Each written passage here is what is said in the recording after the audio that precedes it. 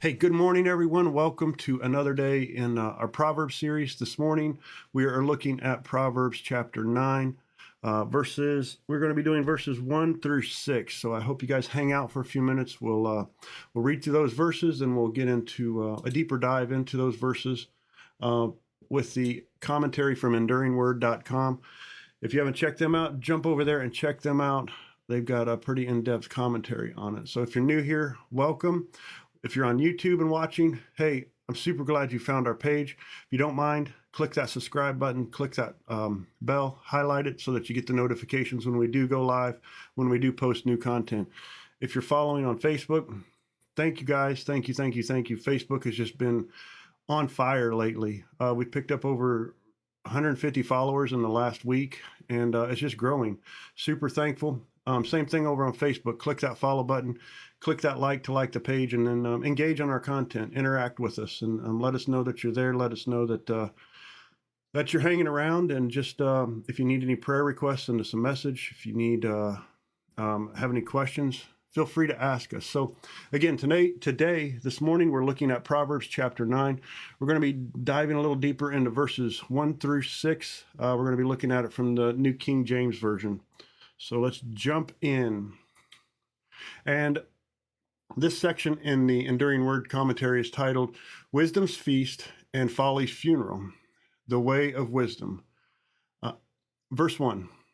Wisdom has built her house. She has hewn her 7 pillars. She has slaughtered her meat. She has mixed her wine. She has also furnished her table. She has set out her maidens. She cries out from the highest places of the city. Whoever is simple, let him turn in here. As for him who lacks understanding, she says to him, come eat of my bread and drink of the wine I have mixed. Forsake foolishness and live, and go in the way of understanding. And that's verses 1 through 6. And the commentary on this starts by saying, Proverbs 8 describes wisdom as a woman, with blessings and benefits of those who listened and obeyed. Now Solomon pictures wisdom as a woman of generous hospitality, who invites all. Whomever is simple, let him turn in here. John Trapp wrote that wisdom here is literally in the plural. Hebrew wisdoms is the plural. And this it's a Hebrew word, so I'm not even going to try to pronounce it, for honor's sake, or else by an ellipsis, as if the whole of it were wisdom of wisdoms. And if we look at the part of the verses that talk about hewn her 7 pillars, the primary idea is that wisdom's house is large, well appointed, and unshakable.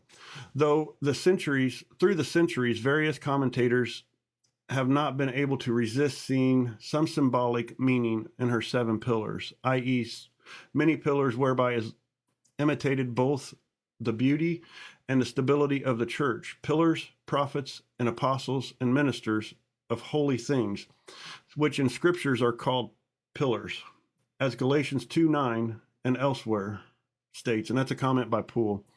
The verses go on to say, come and eat my bread. The customs and ethics of hospitality in the ancient Near East made this invitation even more meaningful. Wisdom offers the simple and who lacks understanding her provision, partnership, and protection. It goes on to talk about eat of my bread, drink of my wine. Several older commentators saw an allegoric reference to the communion, the Lord's table, in the mention of bread and wine in Proverbs 9:5. This is an example of taking figures from Hebrew poetry and wisdom literature over allegorizing them. Forsake foolishness and live. Wisdom makes the invitation, but the simple must respond. They may be willing to go in the way of understanding. And a quote, just as food and drink give physical life, Solomon's teaching gives spiritual life. the truth finds an even better realization in Jesus. Jesus' invitation to the banquet in the kingdom of God. Luke 14, verses 15 through 24. Wisdom has done her part. Now, the feckless and the senseless must make a decision to feast and be healed. And that's a quote by Walt Key. Him who lacks understanding, literally, that is the wanteth of a heart who is without courage, is feeble and fickle and easily drawn aside by the holy commandment. And that's a quote by Clark.